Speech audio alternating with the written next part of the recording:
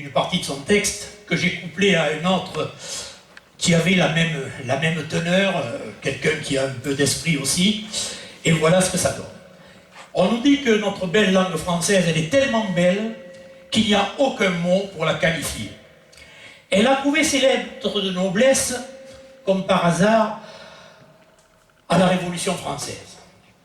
Il y a un gars qui en parlait, un bourreau assermenté, qui disait « Je travaille pendant cette période de 8h à midi, de 2h à 7h du soir. » Eh bien, figurez-vous qu'en France, à partir de ce moment-là, on a considéré que 9h, midi, ou 8h, midi selon le cas, 2h, 6h ou 7h selon le cas, c'était l'heure de bourreau. Maintenant, on l'appelle l'heure de bureau. Au revoir. Bon. Ensuite, on a eu, après la guerre de 14, la grippe espagnole qui nous a soudés un peu entre les deux pays. On a trouvé quelques similitudes. Un exemple.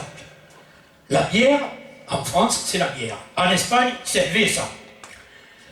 Ça n'a rien à voir.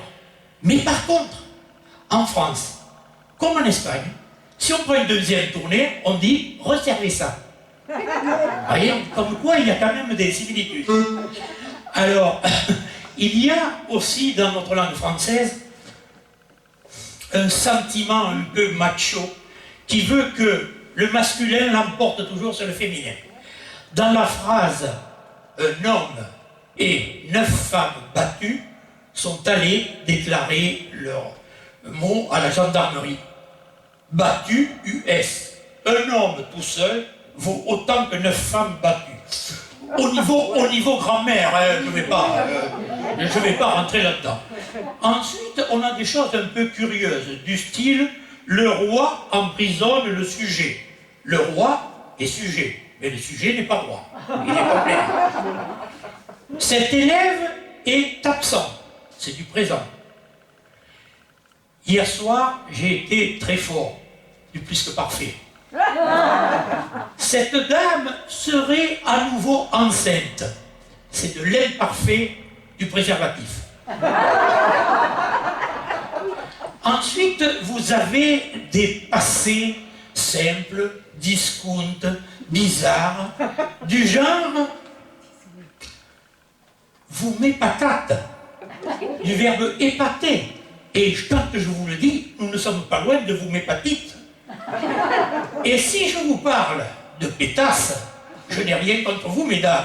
C'est souvent un verbe sonore parfois, mais souvent olfactif, n'est-ce pas?